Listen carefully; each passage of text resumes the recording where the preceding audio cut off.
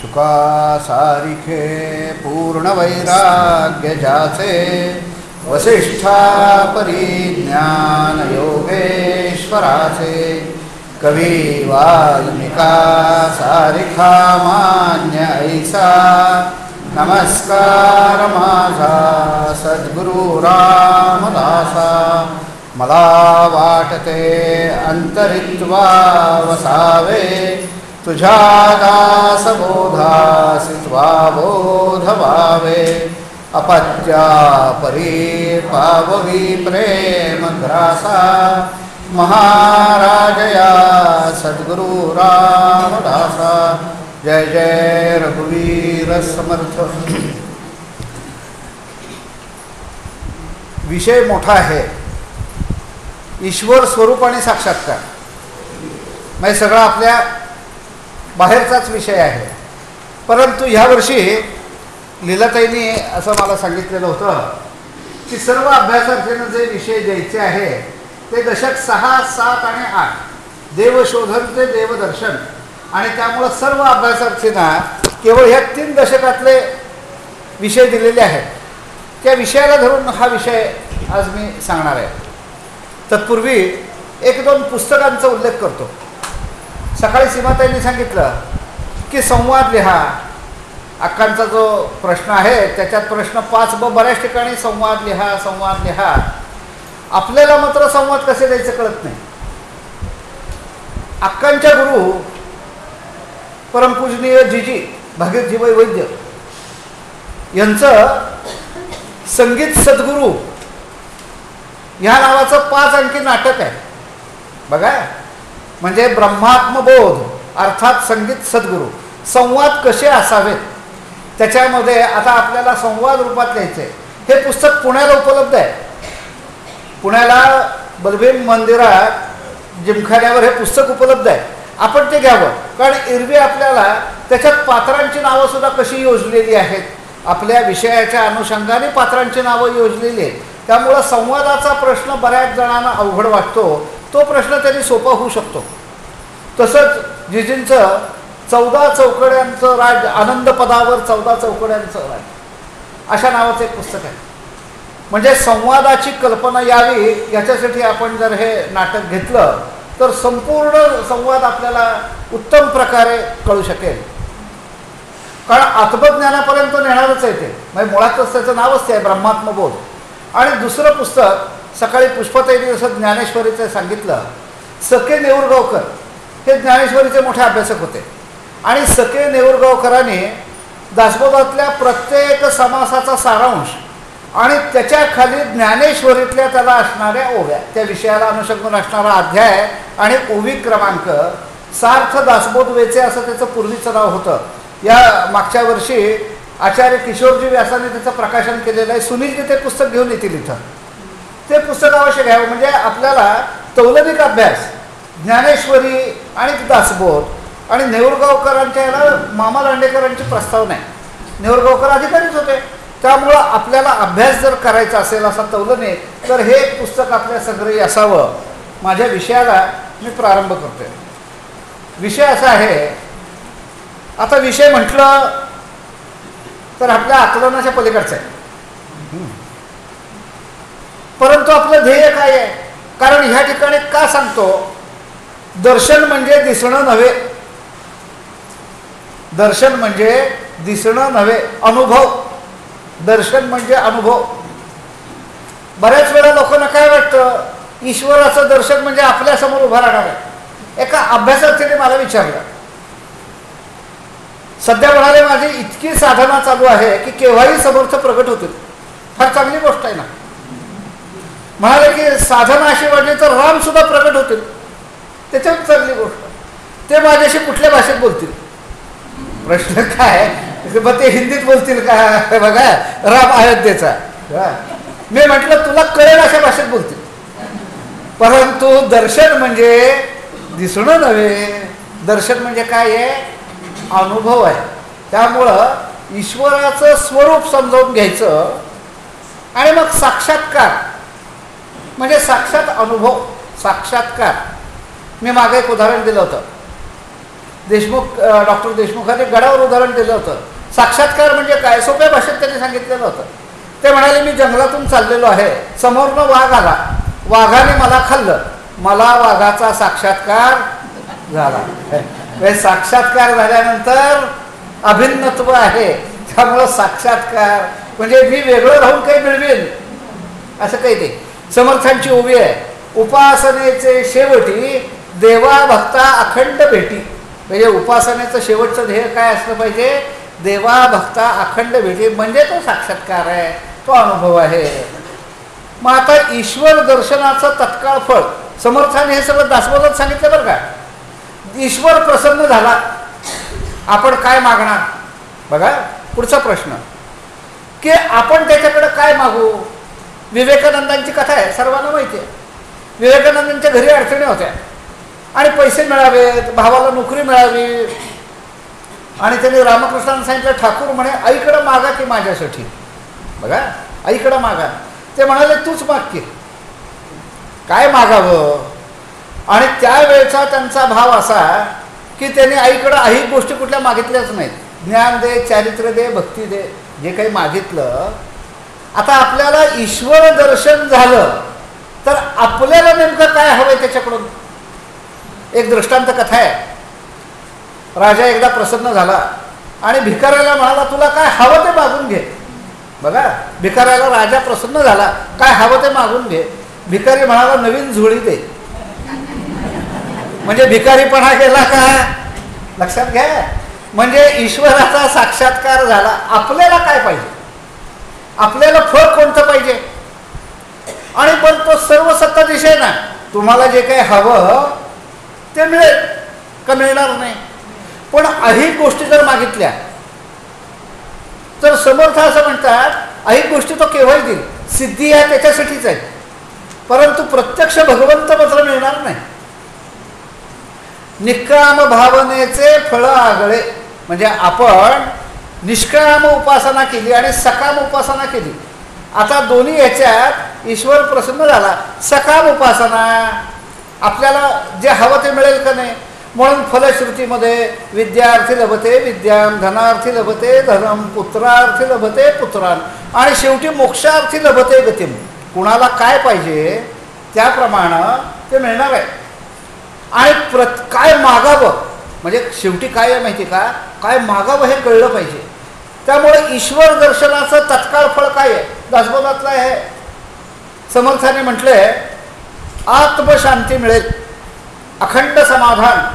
शब्द सुद्धा बघा, अखंड समाधान, आत्मशांती मिळेल. मग आता हे फळ आपल्याला हे फळ हवंय का? बघा की शेवटी काय आहे, आपली मनोधारणा जशी आहे.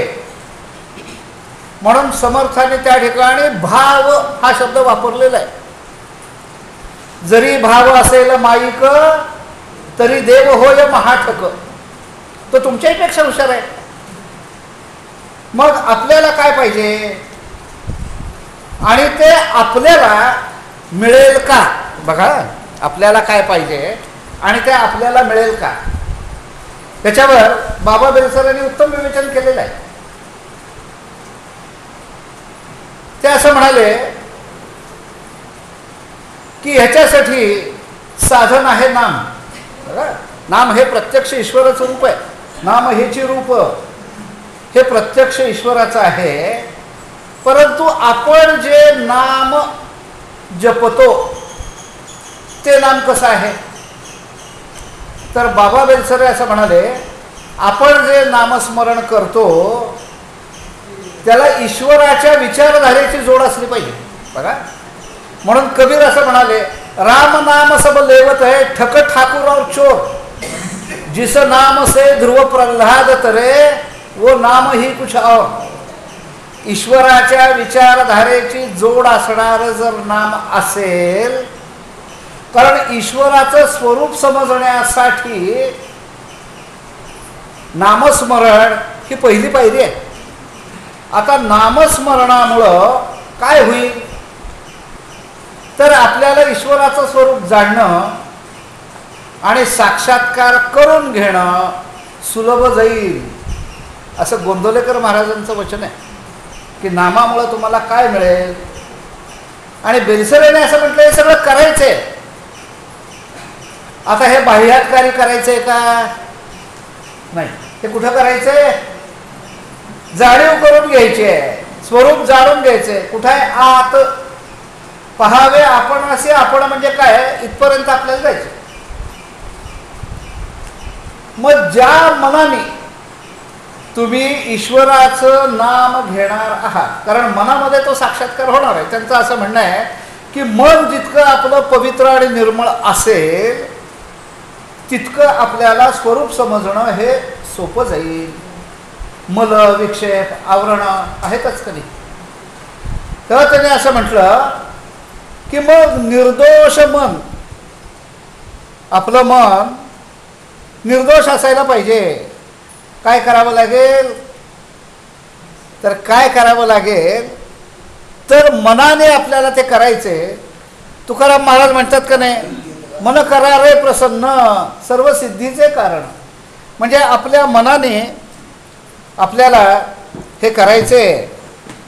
तर आता पुढे ठेवायचं म्हणजे बॅकफीड होत नाही.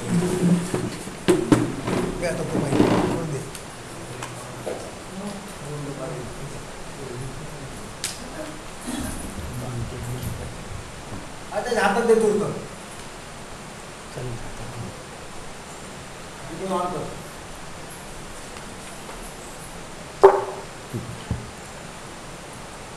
आपल्याला काय करायचंय?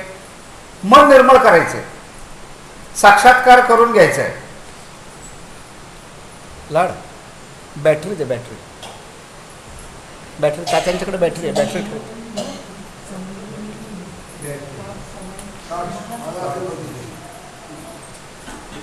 ह्याच्यासाठी आपल्याला मनाचे दोष समजणं आवश्यक आहे बरं का. मनाचे दोष समजले पाहिजे. आपल्याला असं वाटतं आपल्याकडं कोणताही दोष नाही, परंतु प्रत्यक्षात हे तसं नाही आहे. आपले जे दोष आहेत, आपले जे दोष आहेत ते आपल्याला समजलं पाहिजे. आता दोषमुक्त मन जर असेल तर साक्षात्कार शक्य आहे. विज्ञानाच्या साह्याने हे जमेल का? आपल्याला जे ज्ञान घ्यायचे, प्राप्त करायचे, विज्ञानाच्या साह्याने जमेल का? आता विज्ञानामुळे कोणतं ज्ञान मिळतं? तर विज्ञान आपल्याला जे इंद्रियजन्य ज्ञान होतं, इंद्रियांच्या सहाय्याने जे ज्ञान होतं ते ज्ञान मिळवण्यासाठी विज्ञानाचा उपयोग आहे. विज्ञानाचा उपयोग आहे, परंतु इंद्रियांच्या पासून मिळणारं जे ज्ञान आहे, परंतु आत्मस्वरूपाचं ज्ञान आहे, हे इंद्रियांच्या मधून मिळणार आहे का? समर्थ असं म्हणतात, अस्थीच्या पेशी मांसाचा डोळा, पाहेर म्हणे ब्रह्माचा गोळा. आपल्याला हे इंद्रियातीत व्हावं लागतं.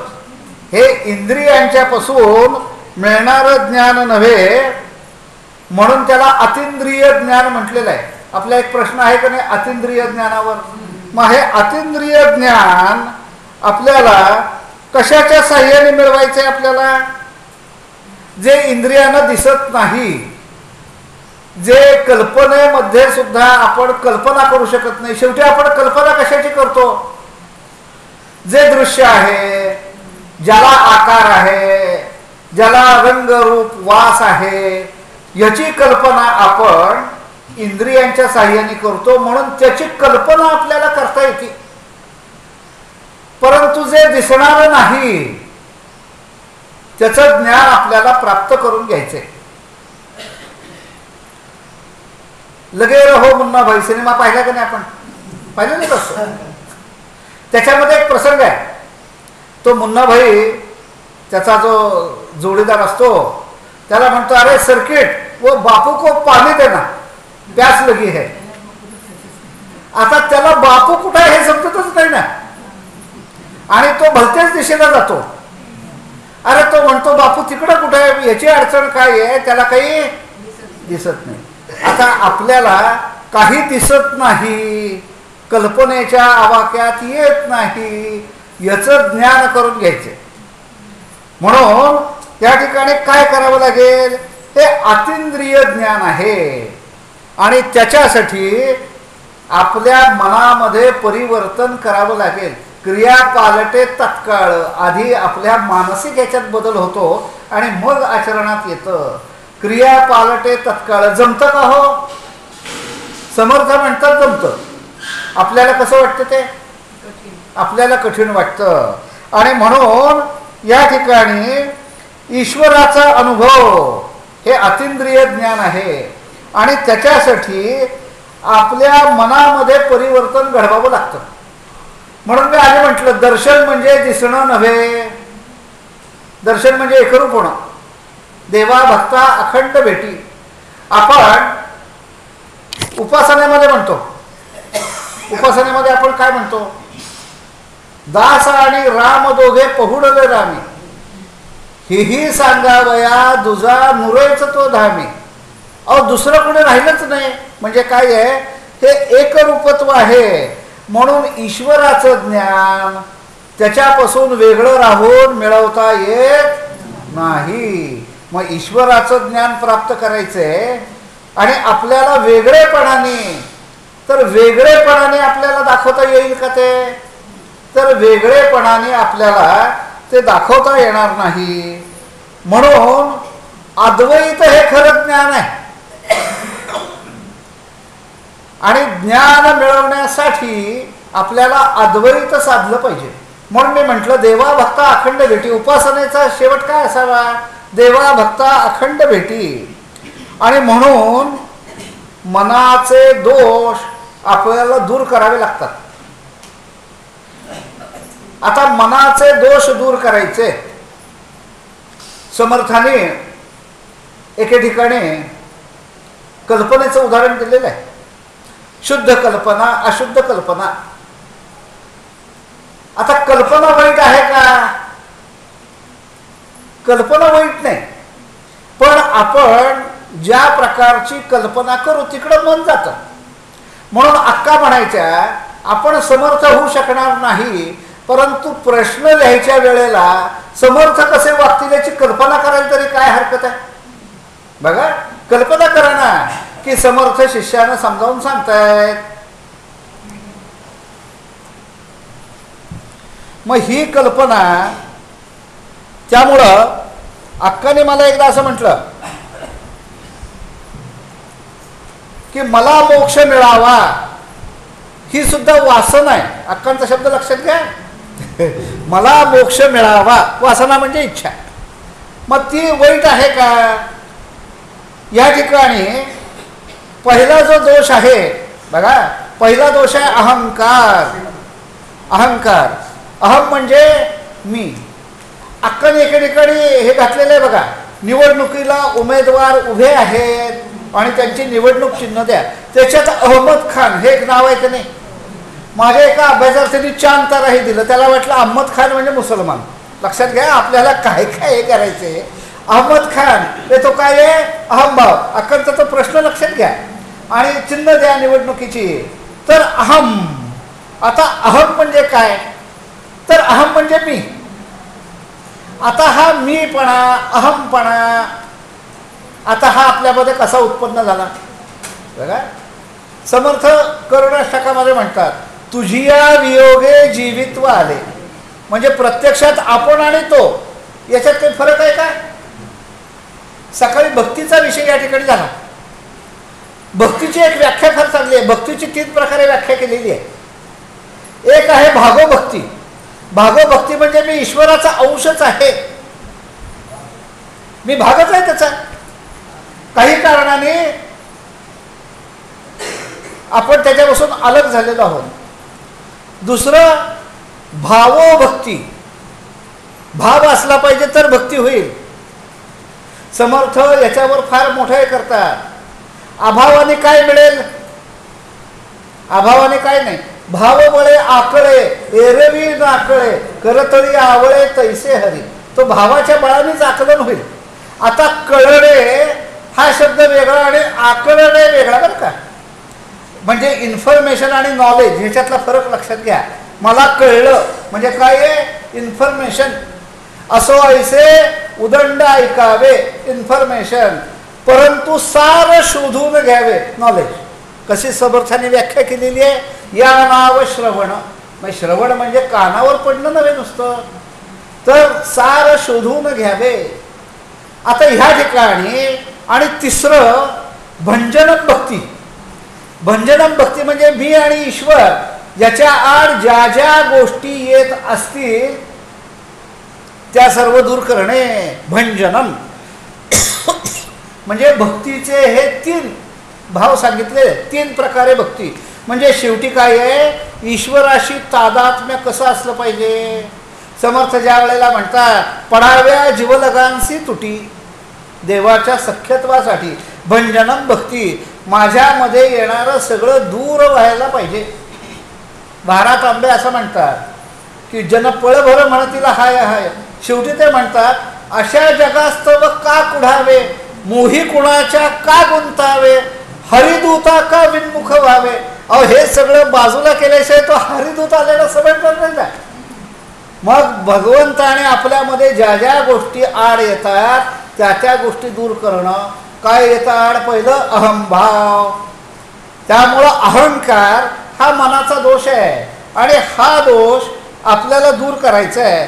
अहंभाव म्हणजे काय, मी देह आहे हा दृढ झालेला अनुभव. आपल्याला असं वाटतं मला जे काही करायचंय, आत्मसाक्षात्काराचं केंद्र म्हणजे देह. देहबुद्धीचा माणूस कसा असतो, तर मी देह आहे.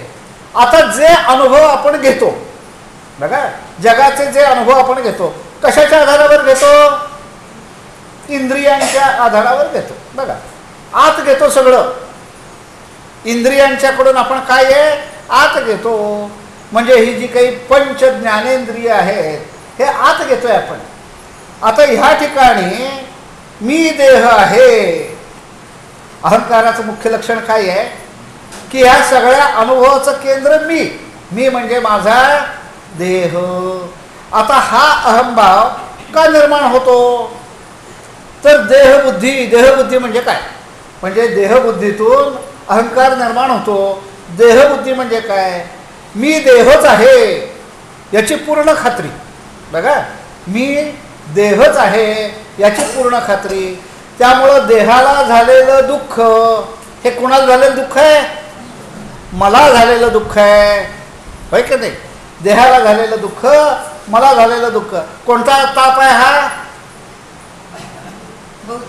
आध्यात्मिक. शरीरामधून जे जे आले, आता हा आध्यात्मिक ताप आहे. आध्यात्मिक ताप केव्हा नाहीसा होईल, मी देह नाही असं ज्या वेळेला आपल्याला वाटेल त्यावेळेला आध्यात्मिक ताप राहणार नाही. सखोलमध्ये प्रश्न आहे का आध्यात्मिक तापावरचा आहे, ते समर्थाने घोंगडीत हिव भरून ठेवला हा प्रश्न आहे का नाही. कथाभाग आहे, मी म्हणजे देह नाही. कबीर म्हणाला कुत्ता जाणे चमडा जाणे, मी म्हणजे देह नाही. आणि आपल्याकडं म्हणजे काय, मी म्हणजे कोण, म्हणजे आपल्याला देहाला होणारं दुःख हे कुणाला होणारं दुःख मानतो मी, मला होणारं दुःख मी मानतो.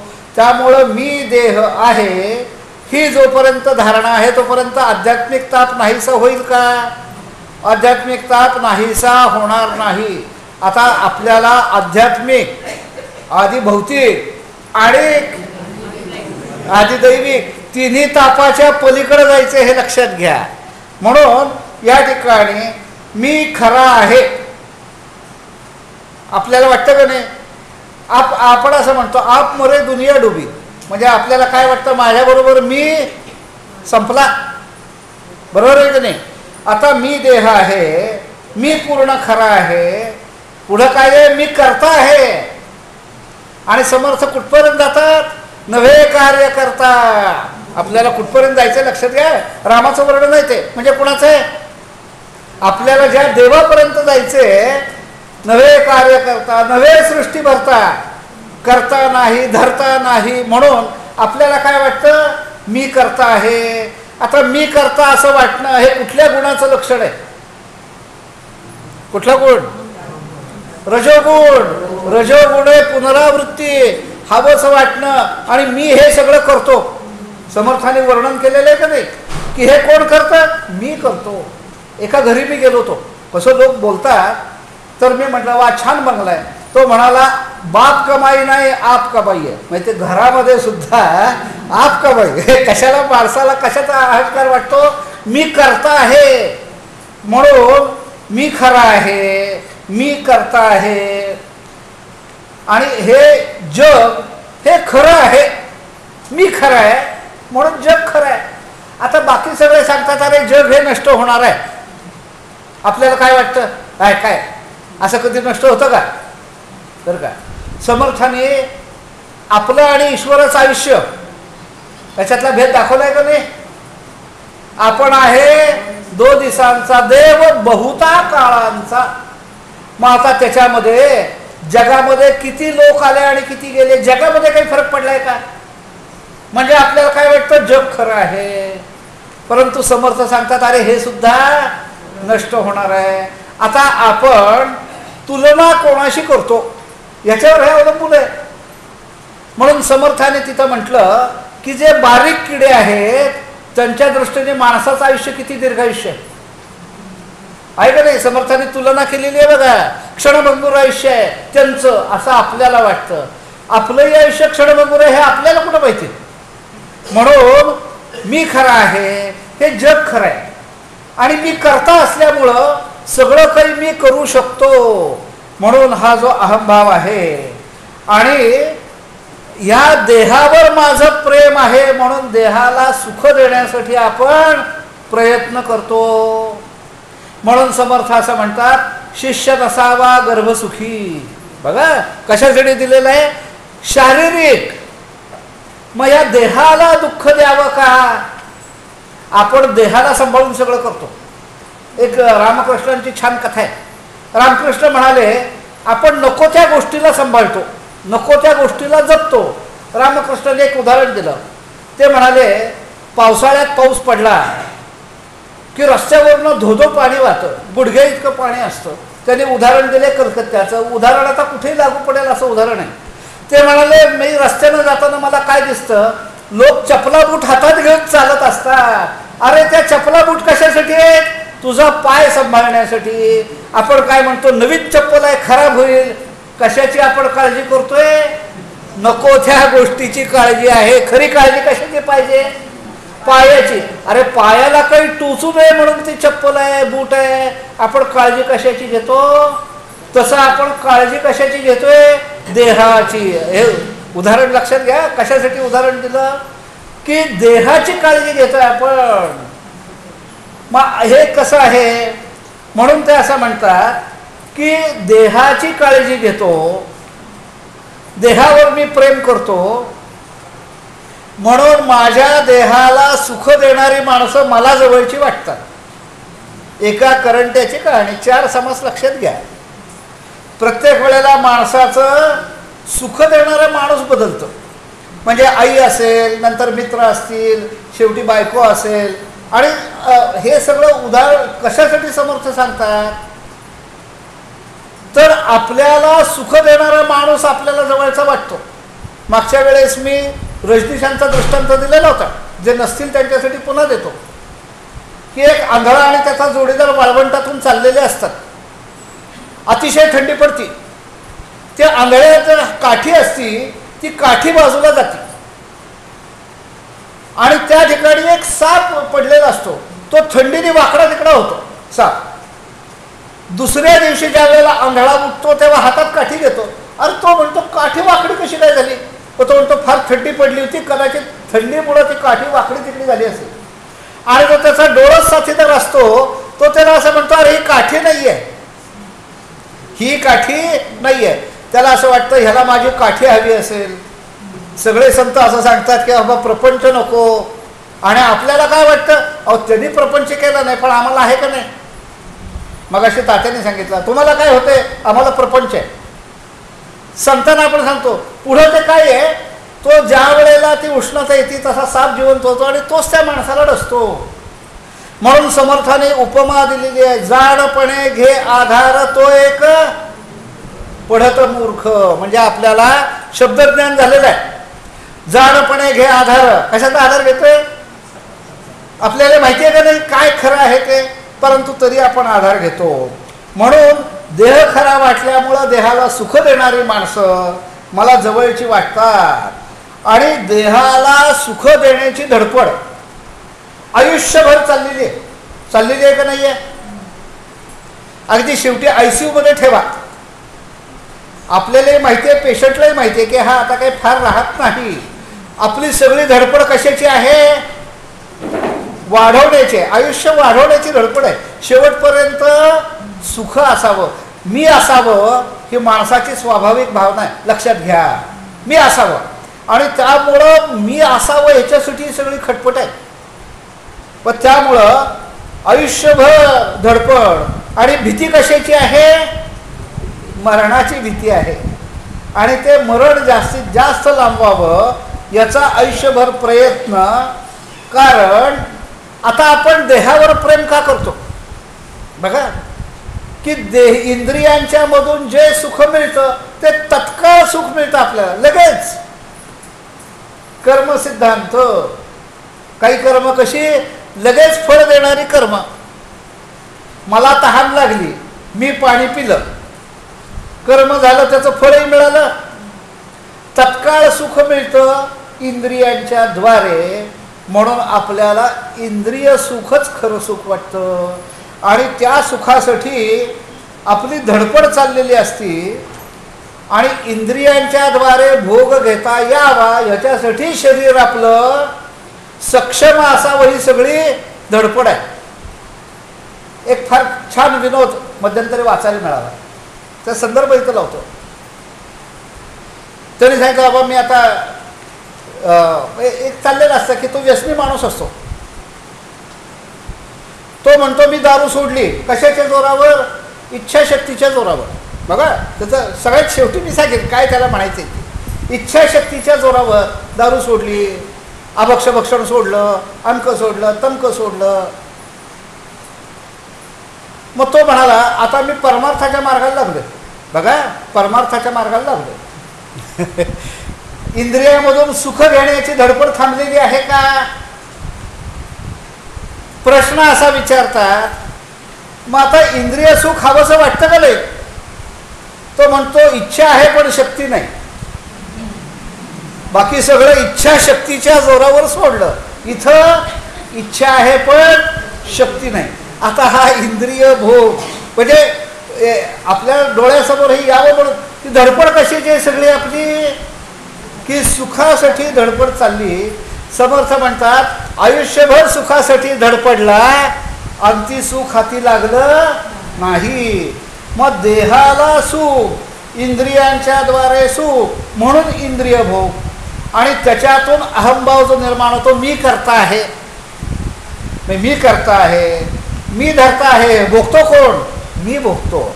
त्यामुळे मी करता आहे, मी धरता आहे ही भावना. आणि म्हणून देह सुखी तरच मी सुखी. देहाला फार काही आपण त्रास देऊ नये असं वाटतं. बरोबर आहे. आता आपण सगळे अक्का असं म्हणायच्या, म्हणजे अक्कांचा हे संदर्भ मी का देतो की कसं असावं, साधक आधी कसं असावं. अक्कांच्या दोन्ही गुडघ्यांची ऑपरेशन झाली होती आणि बसता येणार नाही असं डॉक्टर म्हणाले होते. आणि अक्का शेवटपर्यंत मांडी घालून बसत होत्या. तात्या असं म्हणतात मी 80 वर्षाचा असताना मांडी घालून बसू शकतो, पण इथं चेअरमनच जास्त झाले. तात्यांचे शब्द आहेत. आता ते मांडी जर घातली तर काय होईल? अहो पाय दुखतील. काय तुम्हाला काय? आम्हाला घरी गेल्यावर पुन्हा घरचे म्हणतील कशाला गेली, पाय दुखत होते तर. आपली ही धडपड कशाची आहे? देहाला सुख कसं मिळेल. आणि म्हणून अहंकार काय करतो? शरीर पांगे बहुदुःख झाले. अहंकार आपल्याला शरीरातच मर्यादित करतो. मी म्हणजे कोण? मी म्हणजे हा देह. असं जे आपल्याला वाटतंय कशामुळं, तर अहंकारामुळं. खरं तर मी कोण आहे? वयम सुपुत्र हा अमृतस्य नूनम. परंतु आपल्याला तसं वाटतं का? म्हणून आपल्याला हे जे आहे, म्हणून अहंकार हा माणसाला देहापुरता मर्यादित करतो. म्हणजे विचार लक्षात घ्या, विश्वाचा विचार आपल्यासमोर येत नाही. आपल्यासमोर कुणाचा विचार असतो? माझा विचार असतो. आपल्याला तो अहंकार देहापुरता मर्यादित करतो. म्हणून माणूस स्वार्थी असतो. स्वार्थ काय? माझ्यापुरतं मला मिळालं पाहिजे. मग त्यामुळं एका अहंकारामुळं काय झालं? खरं तर आपण अमर्याद आहोत. समर्थ म्हणतात का नाही, शरीर पांगे बहुदुःख झाले. शरीरात मी बंदिस्त झालो. आता शरीरात बंदिस्त झालो की ह्या देहाचे जे जे भोग आहेत ते मला भोगावे लागतील का नाही? म्हणून समर्थांचं सूत्र लक्षात घ्या. समर्थ आत्मा हा शब्द ज्या ठिकाणी जीवात्मा हा शब्द समर्थ आत्मा ह्याच अर्थाने वापरतात. आपल्याला तो दासबोध समजून घ्यायचा आहे, जीवात्मा. आणि म्हणून समर्थाने एक असं म्हटलं की आत्मा जे शरीर धारण करतो त्या शरीराचे गुणदोष त्याला चिकटतात. लक्षात घ्या, त्या शरीराचे गुणदोष आहेत. म्हणून तो सज्जनामध्ये सज्जन आहे आणि दुष्टांच्यामध्ये दुष्ट आहे. ईश्वर सगळीकडे भरलेला आहे. परस्पर विरोधी विधान आहेत का नाही? सगळ्यांच्या ठिकाणी ईश्वर आहे. एकाने मला म्हटलं, मग वाईट कर्म करायला सुद्धा ईश्वरच प्रवृत्त करतो. माझ्या एका अभ्यासार्थीचं विधान मला स्वतःला पटलं नाही. आपल्याला पटतंय का? पहा, त्याने असं विधान केलं होतं, शुद्ध तमोगुण माणसाला ईश्वराकडे नेतो. पटतंय का विधान? मी म्हटलं मला तरी काही पटत नाही. तमोगुणी होणं सोपं आहे. लक्षात घ्या, कारण अवगुण टाकीता जाते. अवगुण अंगी येण्यासाठी कोणताही प्रयत्न करावा लागत नाही. शुद्ध तमोगुण माणसाला ईश्वरापर्यंत नेतो. हे पुराणिक वगैरे जे सांगतात ना की त्या शंकराने विरोधी ती रावणाने विरोधी भक्ती केली म्हणून त्याला मोक्ष मिळाला. बघा, मी म्हटलं अशी विरोधी भक्ती समर्थाने कुठे सांगितलेली नाहीये. आपण हे सगळे काय आहे हे आपल्या कल्पना स्पष्ट असल्या पाहिजे. म्हणून या ठिकाणी माणूस हा स्वार्थी बनतो, संकुचित बनतो. आपल्याला स्वतःला वगळून आपल्याला जगाकडे पाहताच येत नाही. येतं का पाहता? आपल्याला मी वेगळाच असं वाटतो. आपण त्याच्यात समजतो का स्वतःला? विनोबांचं एक दृष्टांत आहे, कोदशमहा. कोदशमहा ते विनोबाने जो दृष्टांत दिलेला आहे तो माणसं मोजतो. तो स्वतःला सोडूनच मोजतो. स्वतःला धरतच नाही तो. मी कुणीतरी वेगळा आहे आणि जग वेगळं आहे. म्हणून मला ईश्वराचं दर्शन व्हायचं म्हणजे मी कुणीतरी वेगळा आहे आणि तो कुणीतरी वेगळा आहे. मग आता या ठिकाणी आपल्याला काय करायचंय? अहंकार सोडणं कठीण असतं आणि साधनेचा सुद्धा अहंकार निर्माण होतो. म्हणून साधनेचा सुद्धा अहंकार असता कामा नये. आणि ही उदाहरणं आपल्याला ऋषीमुनींच्या बाबतीत दिसतात का नाही? सर्व त्यांना ज्ञान होतं, परंतु तापटपणा ताब्यात आला होता का? दुर्वासांचं उदाहरण याच्यासाठी घेतात. त्यांची साधना कमी होती का? परंतु त्या साधनेचा सुद्धा अहंकार, मी याला शाप देईन. बघा, हा कशाचा अहंकार आहे? हा साधनेचा अहंकार आहे. म्हणून अहंकार हा पहिला शत्रू आहे. 15 मिनिटं. एक चतुर्थांश विषयात संपेल असं वाटलं होतं. बघू, जसा वेळ मिळेल तसा करू. म्हणून आपल्याला काय वाटतं? साधनेच्या जोरावर मी ईश्वराला प्रसन्न करून घेईन. सर्व दैत्य जे आहेत ना हे सर्व साधक आहेत. रावण केवढा मोठा साधक होता, परंतु साधना केली तरी मनाचं क्षुद्रत्व गेलंच नाही. म्हणून त्यांनी जे मागितलं ते स्वतःसाठीच मागितलं. लक्षात घ्या, आपला अहंकार जोपासण्यासाठी मागितलं. रावणाने असं म्हटलं की मला देव गंधर्व यक्ष किन्नर यांच्यापासून मरण येऊ नये. सगळी धडपड कशाची आहे? मला कायम सुरक्षित ठेवण्याची. हिरण्यकश्यपूने काय मागितलं? असं नको तसं नको, सकाळ नको रात्र नको, शस्त्र नको अस्त्र नको. आता यांच्याकडे साधना होती का नव्हती? साधना होती तरी अहंकार, म्हणजे माझा अहंकार एवढा मोठा की साधनेच्या जोरावर मी ईश्वराला प्रसन्न करून घेईन. बघा हा अहंकार आहे का नाही? मग अशा साधनेला तामस साधना म्हणता येईल. बरोबर आहे का? की याच्यातून जे मिळणार आहे आणि असं जे आहे ईश्वर दर्शनातला हा अडथळा आहे. म्हणजे ईश्वर दर्शन म्हणजे मी म्हटलं आपण तेच होऊन राहणं. हे जर आपल्याला साध्य करायचं असेल तर अहंकार हा मोठा अडथळा आहे. दुसरा अडथळा आहे विभाजन. आता हे विभाजन अहंकारामुळे उत्पन्न होणारा दोष आहे पुन्हा. म्हणून विभाजन म्हणजे आपण काय करतो, जगाकडं वेगळेपणाने पाहतो, द्वैत जगाकडं वेगळेपणाने पाहतो आणि त्यामुळं बहिर्मुखता आहे आपल्याला. अंतर्मुख आपण का होऊ शकत नाही? बहिर्मुख का आहोत आपण? तर जगाकडं आपण वेगळेपणानेच पाहतो. या ठिकाणी बेलसरेने जसे समर्थाने चत्वार देव निरूपण हा समास आहे का नाही? प्रतिमा आहेत, अवतार आहेत, ईश्वर आहे आणि परब्रह्म आहे. तर बाबा बेलसरे असं म्हणतात की ईश्वराकडे पाहण्याच्या सुद्धा 4 दृष्टी आहेत. बघा ईश्वराकडे पाहण्याच्या 4 दृष्टी आणि तसा ईश्वर त्याला भासतो. पहिली आहे स्थूल दृष्टी, दुसरी आहे सूक्ष्म दृष्टी, तिसरी आहे तत्वदृष्टी आणि चौथी आहे ज्ञानदृष्टी. बघा निर्गुण निराकार म्हणजे काय आहे? ज्ञानदृष्टी ही निर्गुण निराकार आहे. म्हणून बाबा बेलसरे असं म्हणतात आपलं मन हे स्थूल आहे, त्याला सूक्ष्म केल्याशिवाय आपल्याला प्रगती करता येत नाही. मग आता आपल्याला काय आहे?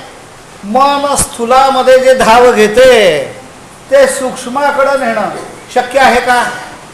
आपल्याला ते अवघड वाटतं. एकीकडं मी, एकीकडं इतर व्यक्ती, म्हणजे मी वेगळा इतर व्यक्ती वेगळ्या, ही स्थूल दृष्टी आहे.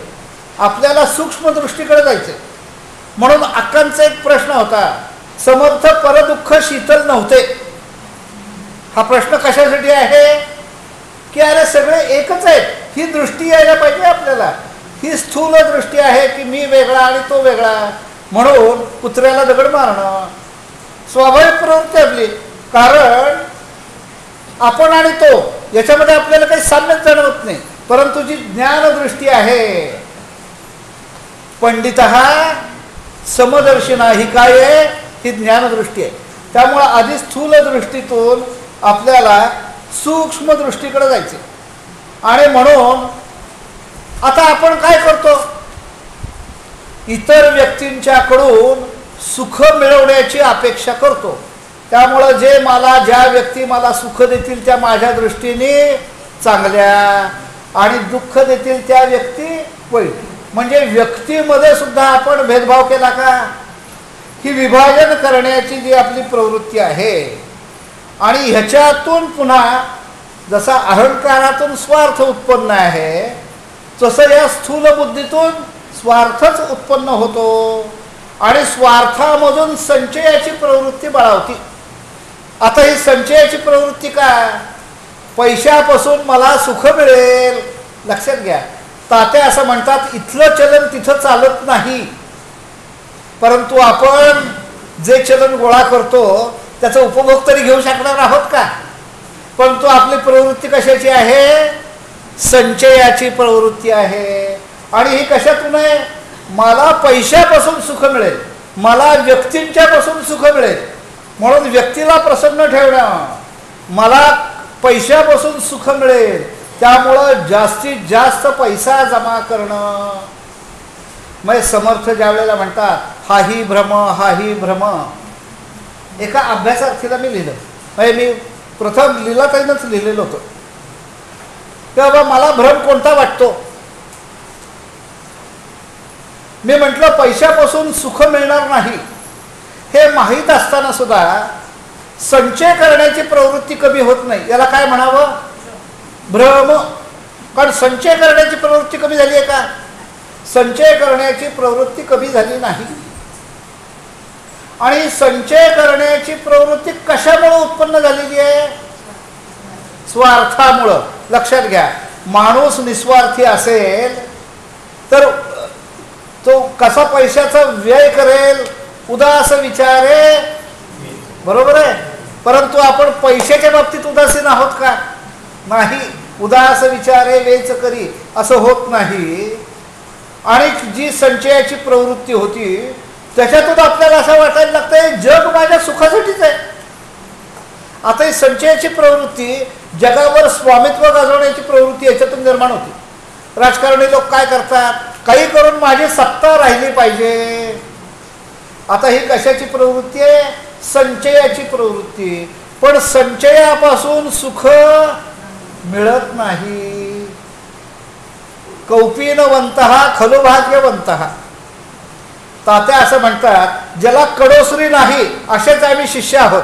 कन्व्हर्टीला पैसा लावण्याचं कारणच नाही. म्हणजे संचयाची प्रवृत्ती.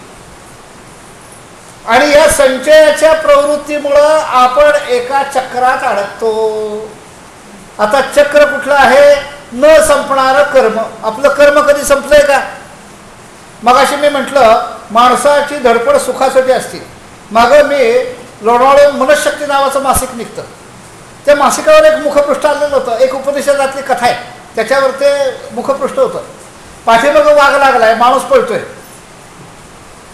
आणि मध्ये विहीर आली. म्हणून आता विहिरीत आता तो पडून मारणार.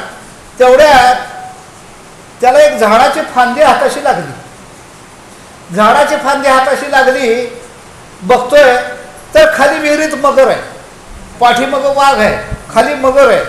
आणि तो ज्या फांदीला धरलेला आहे त्याने वर बघितलं तर त्या फांदीला एक मधाचं पोळं लागलेलं आहे आणि त्याच्यातून मध थेंब थेंब थेंब थेंब पडतोय. आता हे सगळं भय असताना सुद्धा तो असा तोंड वाकडा करून आपल्या जिभेवर त्याचा एखादा थेंब पडेल का बघतोय. कर्म संपतंय का? म्हणजे पाठीमागं मृत्यू, समोर मृत्यू, वर मृत्यू, खाली मृत्यू, तरी माणूस स्वार्थी, मला सुख मिळेल. लक्षात घ्या.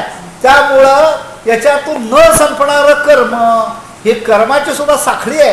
हे न संपणारं जे कर्म आहे हे कशामुळे येतं? तर माणूस जीवनाचा समग्र विचार करू शकत नाही. आणि जीवनाचा समग्र विचार करण्याची दृष्टी ही ज्ञानदृष्टी आहे. त्यामुळे ज्ञानदृष्टीलाच ईश्वराचं स्वरूप समजणार आहे. मग संसारापासून मिळणाऱ्या माणसाला, आता हा माणूस स्वार्थी कसा? तर माणसाला संसारापासून मिळणारं सुख हवंय, पण संसाराच्या कटकटी नकोय. आपल्याला विधान पटतंय का नाही? सुख हवंय पण कटकटी नकोय. परीक्षेत पहिला नंबर यायला पाहिजे पण अभ्यास करायला नकोय. रजनीश असं म्हणतात, माणसाला सुख हवं असतं पण सुख देणारी साधनं नकोशी वाटतात. माणसाला दुःख नको असतं पण दुःख देणारी साधनं हवीशी वाटतात. विधान परस्पर विरोधी वाटेल पण तसं नाही आहे. माणसाला सुख हवंय पण सुख देणारी साधनं नको. संयम. आता आपण सगळ्यांनी इंद्रियावर संयम हवा, खाण्यावर संयम हवा. समर्थांची एक उभी सूत्र रूपाने दिलेली आहे त्याने, जेणे जिंकिली रसना तृप्ततयाची वासना. म्हणजे आता ह्या मार्गामध्ये काय करावं लागेल? पहिलं काय करावं लागेल? रसनेवर ताबा मिळवावं लागेल. आली का पंचायत? इथं काही मिळत नाही पण घरी गेल्यानंतर जिंकिली रसना आहे का? नाहीये. मग आता हे का नाही? तर त्याच्यातून आपण बाहेरच आलेलं नाही. जसं जिभेवर संयम हवा तसा बोलण्यावर संयम हवा. समर्थ असं म्हणतात, मनारे जनी मौन्य मुद्रा धरावी. आपण इथं तरी मौन्य मुद्रा धारण केलेली आहे का? इथं काही बोलता येत नाही. पायऱ्या उतरल्या की घरचे विषय चालू होतात. मौन्य मुद्रा आहे का? म्हणजे आपल्याला संयम वाणीवर हवाय, मलाही हवाय. खाणं मला वाटेल ते मी खाईन परंतु पोट बिघडता कामा नये. संसारापासून सुख हवंय पण संसाराच्या कटकटी नको, मला दीर्घायुष्य हवंय पण म्हातारपणच्या व्याधी नकोत. बघा, हवंय दीर्घायुष्य, पण त्याच्याबरोबर स्वाभाविकपणे येणारं जे आहे ते मला हवंय का? ते मला हवंय का? म्हातारपणाबरोबर येणाऱ्या व्याधी नकोय. लक्षात घ्या, मला दीर्घायुष्य पाहिजे पण म्हातारपणाबरोबर येणाऱ्या व्याधी नको. बहिणाबाई असं म्हणतात, मन कसं आहे, देत सुखाले होकार आणि दुःखाले नकार. मन कसं आहे, सुखाला होकार आहे, कधीही मिळू दे, हवंय का नको? हवं. आणि दुःख कधीच नको. मग म्हणून आपल्याला काय करायचंय, ईश्वर दर्शन हवं पण त्यासाठी लागणारं निर्मळ आणि निस्वार्थी मन नको. म्हणजे माझ्या अंगी गुण रावणाचे आणि मी रामासारखा व्हायला पाहिजे, होईल का? हे सगळं कशासाठी सांगतोय, आपले दोष दूर झाल्याशिवाय आपली प्रगती ही होणार नाहीये. त्यामुळं मुळात विचार दोषयुक्त आहेत. आपले विचार जे आहेत हे दोषयुक्त आहेत. त्याचं मूळ काय आहे? आता हे दोषयुक्त विचार कशामुळे होतात? वासना. म्हणजे आता आपण या ठिकाणी येतो की वासना. आता वासना म्हणजे हवंसं वाटणं. अक्काने म्हटलं उपवास म्हणजे काय? ज्या इंद्रियाचा जो भोग आहे त्याच्यापासून त्याला बाजूला ठेवणं म्हणजे उपवास आहे म्हणाल्या. नुसतं खिचडी खाणं म्हणजे उपवास आहे का? उपवास नाही. पंचेंद्रियांचा उपवास आपला होतो का? खरा उपवास कशाचा व्हायला पाहिजे? पंचेंद्रिय. तर त्या उपवासाचं फळ आहे. या ठिकाणी काय आहे? वासना म्हणजे काहीतरी हवं आणि ते मिळालं की मला सुख वाटेल. बघा, काहीतरी हवं, ते मिळालं की मला सुख वाटेल. ती एक गोष्ट सांगतात ना की एक भिकारी होता. राजा त्याला म्हणाला, दिवसभरात तू जितका पळशील तितकी जमीन तुझ्या मालकीची. बरोबर आहे. आता तो काही अंतर गेला, त्याला असं वाटलं, अरे अजून 2 तास आहे की. जोरात पळत होता. कुठं थांबावं हे माणसाला कळतं का? आणि शेवटी राजा म्हणाला, शेवटी त्याला काय मिळालं? 3.5 हात जमीन. म्हणजे दिवसभरात जे काही केलं ते समर्थ असं म्हणतात, अंती सर्व व्यर्थ जाते. देहाला सुख मिळावं, आपण जी काही कर्म करतो त्याचं फळ मिळतच नाही. कारण काय आहे? कुठं थांबावं हे आपल्याला कळतं का? कुठं थांबावं हे आपल्याला कळत नाही. वासना तृप्त आपली का होत नाही? वासना तृप्ती झाली की सुख मिळतं, परंतु ते शाश्वत सुख आहे का? ते अशाश्वत सुख आहे. आत्ता तहान लागली, मी पाणी पिलं, थोड्या वेळाने मला पुन्हा तहान लागणार आहे का नाही? पण आत्ता मला इंद्रियांच्या पासून सुख मिळालंय का नाही? मिळालंय. त्यामुळं आपण क्षणिक सुखासाठी धडपड करतो. आणि म्हणून वासना ज्या आहेत, काहीतरी हवं आणि ते मिळाल्या वाचून सुख नाही. आपल्याकडं काहीतरी कमी आहे असं आपल्याला वाटत राहतं. माझ्याकडं सर्व काही आहे असं कधी वाटलं का आपल्याला? अजिबात वाटत नाही. जय ललिताकडे 1600 साड्या आहेत. अधिक हवं धडपड थांबली का? अक्का असं म्हणायच्या बरं का. अक्कांचं मी हे काय उदाहरण देतो, स्वतःच्या वर्तनातून अक्काने सिद्ध केलं. माझ्या मुलाची मुंज झाली म्हणून मी अक्कानं साडी घेतली. अक्का माझ्या लांबच्या आत्या होत्या. मी म्हटलं, अक्का तुमच्या नातवाच्या मुंजीची साडी. अक्काने ती साडी घेतली की पहिली साडी कुणाला तरी प्रसाद म्हणून देऊन टाकली. अक्का म्हणायला, लागतं किती माणसाला? लागतं किती? 2 पुरेशा आहेत. 200 हव्या तरी 200 एकावी हवी आहे का नको आहे? त्यामुळं हवंसं वाटणं. म्हणून अक्कांचं बोलणं फार मार्मिक असेल. अक्का म्हणाल्या, वासनाक्षय एकदम होणार नाही, पण कमी करणं आपल्या हातात आहे का नाही? मग आपल्याला आधी काय, किती कपड्यांची आपल्याला आवश्यकता एकदा ठरवावं म्हणाल्या आणि त्यानंतर घेणं बंद करावं. आपलं असं होतं का? नवीन डिझाईन आले ते मालिकेमध्ये दिसलं की लगेच बाजारात येतं ते आणि आपलं मन तिकडे धाव घेतं. आता त्याच्यामुळं आपल्याला सुख मिळेल असं वाटतं, मिळतं का हो? म्हणजे शेवटी काय आहे, क्षणिक आहे आणि आपल्याला शाश्वत सुखाकडे जायचंय. ही जी अपूर्णतेची भावना आहे ही वासनेच्या रूपाने प्रगट होती आणि म्हणून माणसाला ही वासना माणसाला स्वस्थ बसून देत नाही, ती सारखी धडपड करायला लावती. आता अक्काने उदाहरण दिलं होतं समर्थांचं. समर्थ भिक्षेच्या काळामध्ये कसे राहत असत, प्रश्न आहे का नाही? समर्थ जी भिक्षा मागून आणत असत ती भिक्षा सुद्धा पाण्यात बुडवत असत, कारण आपल्या जिभेला त्या चवीची सवय झालेली आहे. आपल्याला रुचकर अन्नच खायची इच्छा आहे. खरं तर काय आहे, देहरक्षणापुरतं अन्न मिळालं तरी चालेल, मग ते चवदारच हवं हा आग्रह कोणाचा? वासनेचा. लक्षात घ्या, वासनेचा आग्रह आहे चवदार. आंबा बाजारात आला की 1200 रुपये पेटी असली तरी माझ्याकडं असावी. बघा का वाटतं हे, आपल्याला त्याच्यात सुख वाटते. आणि ही अपूर्णतेची भावना ही संपतच नाही आपली कधी. मग ही अपूर्णतेची भावना संपत नाही. आणि पुढे एक त्याने असं सूत्र मांडलेलं आहे, मनासारखं घडलं तरी मन शांत बसत नाही आणि मनासारखं न घडलं तरी मन शांत बसत नाही. मनासारखं घडलं किती वेळ समाधान आहे, तात्पुरतं. त्यामुळं मनासारखं घडलं म्हणून वासना शांत होईल असं आहे का? वासना शांत होईल असं नाही, कारण ती अपूर्णतेची भावना आपल्या मनामधून जायला पाहिजे. पूर्णमदम पूर्णमिदम. आपण स्वतःला अपूर्णच समजतो आणि ही अपूर्णतेची भावना आहे. म्हणून मी सकाळी जी फडक्यानी ओवी सांगितली तीच ओवी, मनावासना वासुदेवी वसोदे. म्हणजे ही वासना आहे पण ती कुणाच्या ठाई, तिथं अर्पण कर ना.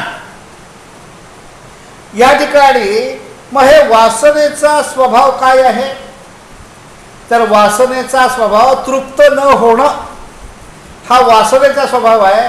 त्यामुळं वासना जिंकतो असं म्हणणं हे सोपं आहे. प्रत्यक्षात काय आहे, वासना तृप्त होत नाही, वासना शांत होत नाही.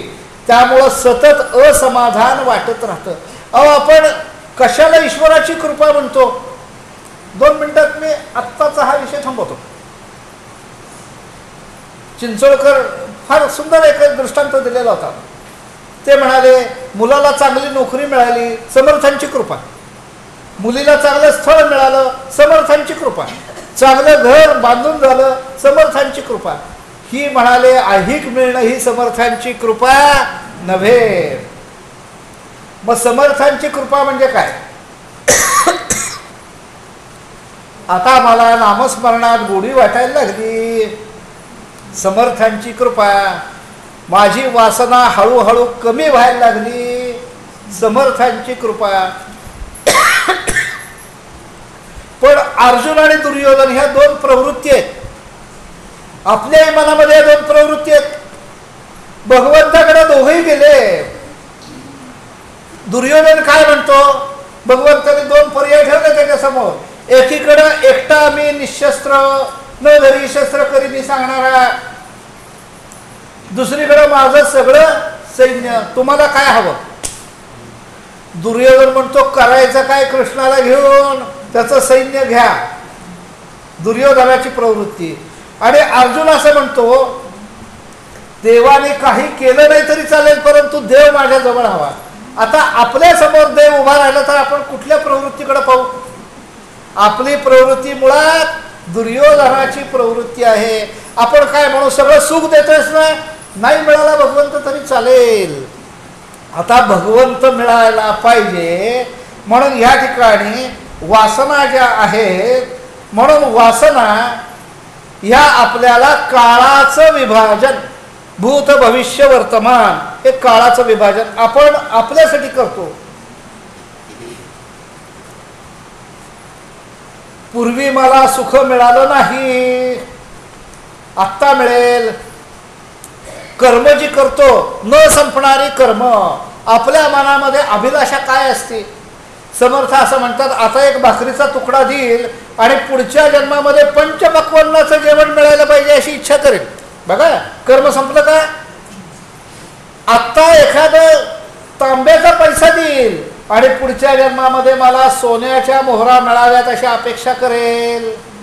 आता आपण काय करत असतो, आपलं प्रारब्ध संचित आपण तयारच करतोय. कर्म करायचे, परंतु संचित त्याच्यातून निर्माण होऊन द्यायचं नाहीये. कारण हे जर आपल्याला टाळायचं असेल, म्हणून आपण काय करतो, वासना तृप्तीसाठी पूर्वेचा अनुभव जमेला धरतो आणि कार्य करतो. अरे असं मिळालं की बरं वाटतं, बरोबर आहे. मग ते जे बरं वाटणं हे कशाच्यावर अवलंबून आहे, पूर्वीचा अनुभव. मग हा जो पूर्वीचा अनुभव आहे, म्हणून ह्या ठिकाणी त्यांनी काय म्हटलेलं आहे, कर्माचे फळ भविष्यात मिळणार.